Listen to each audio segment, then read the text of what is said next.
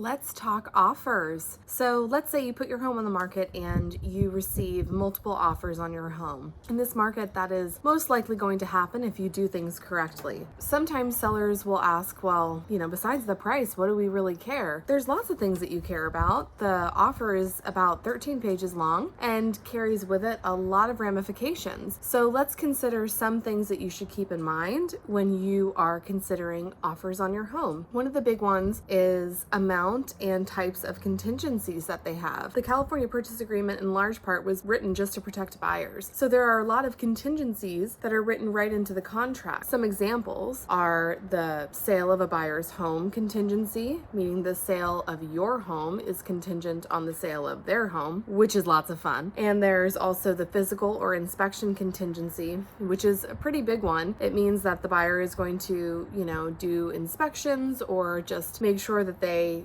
have a full understanding of the home, and they take several days to do this. However, it's negotiated, and many times there's negotiations that are at least attempted. So that's a good one to keep in mind. The loan contingency, if they have a loan, to ensure that they are going to be able to actually close on the property, there's a contingency for that, as well as appraisal. If the home actually will appraise by an independent appraiser ordered from the mortgage company, typically, for the purchase price. Sometimes in competitive situations, clients will waive these or drastically reduce the time frame for these. So these are really important things for a seller to consider when you're reviewing offers and comparing them amongst other offers. What does one offer you regarding contingencies? Are there any? How many are there and what types are there? What are the ramifications of them? As well as just also considering your negotiations, even if it's just with one offer. Can you reduce it at all? Can you negotiate at all? What are some other things to consider? Are they requesting that you cover any costs or fees or inspections? These things can really start to add up, right? There's different ways that you can incorporate this into an offer, so it's important to pay attention. There are, a few government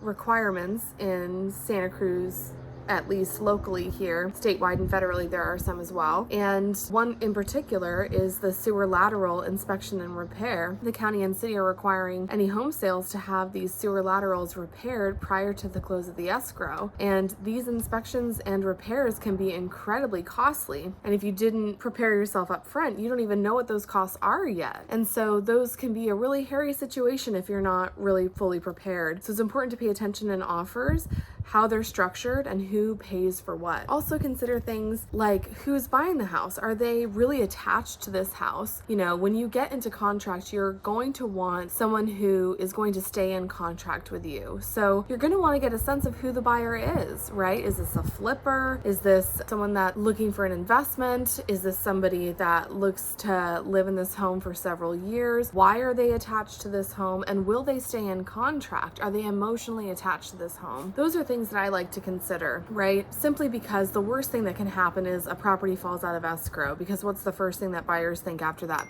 something's wrong with the property. Those are some things to consider as a seller. Those are just some brief examples. And if you'd like to talk further about this, you know how to reach us. Have a great day.